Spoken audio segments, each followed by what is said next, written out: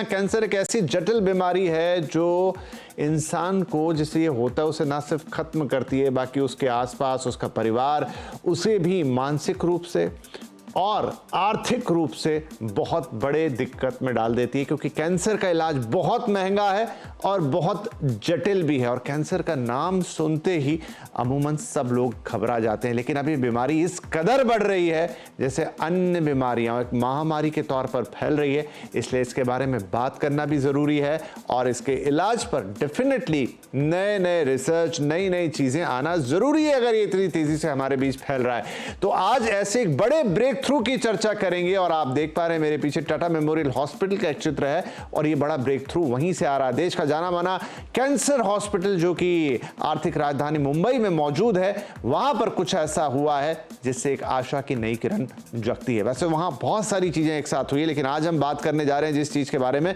वो एक ऐसी दवा है कैंसर की जो इस सेंटर ने खोजी है। कैंसर की सस्ती और जादुई दवा, लेकिन कैसे, वो थोड़ा ध्यान से सुनिए। दोबारा कैंसर होने से रोकेगी दवा। आप 1 मिनट के लिए यहीं रुकेंगे इस प्लेट पर। देखिए, एक चीज होती है रिकरेंस, यानी एक बार आपको कैंसर हुआ, उसका इलाज कराया और करीब 50% से ज्यादा मामलों में डर रहता है रिकरेंस का, बल्कि ये मामले 70 या 80% तक भी जाते हैं। जब दोबारा कुछ समय बाद, सब कुछ होने के बाद रिकरेंस होता है, दोबारा लौट के आता है कैंसर, ये उस चीज को रोकने की दवा बन गई है, ऐसा दावा किया जा रहा है। आगे चलते हैं। रिकरेंस के अलावा जो कैंसर के साइड इफेक्ट होते हैं, कैंसर का जो ट्रीटमेंट है वो बड़ा खतरनाक है। उसमें कीमोथेरेपी और तमाम ऐसी चीजें दी जाती हैं जो इंसानी शरीर के लिहाज से बहुत हैवी होती हैं। वहां जो साइड इफेक्ट होते हैं उसकी भी ये दवा रोकथाम करेगी। रेडिएशन, कीमो के साइड इफेक्ट जैसा मैंने कहा, उसे ये दवा कम करेगी और बेहद सस्ती होगी। इसके इलाज तो मौजूद है लेकिन लाखों में जाते हैं, लेकिन ये दवा बहुत सस्ती होने वाली है, ये इसकी खासियत है। कुछ और चीजें मैं आपको बता देता हूं, जैसे कहां इलाज में इस्तेमाल होगी, दोबारा कैंसर होने से ये रोकेगी, पहली बात। दूसरी बात, अभी इसके जो ट्रायल्स हैं वो रेट पर, इन्हें चूहों पर पूरे कर लिए गए हैं, हालांकि इसमें ह्यूमन ट्रायल बाकी है, लेकिन जो रिजल्ट रेड ट्रायल से आए हैं वो बहुत ज्यादा उत्साह पैदा करने वाले हैं, बहुत ज्यादा ऑप्टिमिस्टिक हैं। अभी और रिसर्च करने की जरूरत है, ये बात कही गई है। रेड एक्सपेरिमेंट में सफलता मिली है, बहुत बड़ी सफलता मिली है और इसी से डॉक्टर उत्साहित हैं।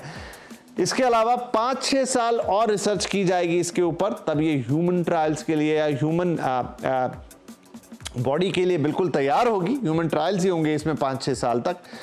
साइड इफेक्ट कम करने में भी ये प्रभावी, जैसा मैंने आपसे कहा, साइड इफेक्ट भी एक बहुत बड़ी चीज होती है और ह्यूमन ट्रायल में साइड इफेक्ट वाली चीज को पूरी सफलता मिल गई है। तो 2 बातें हो गई हैं, ध्यान से समझ लीजिएगा।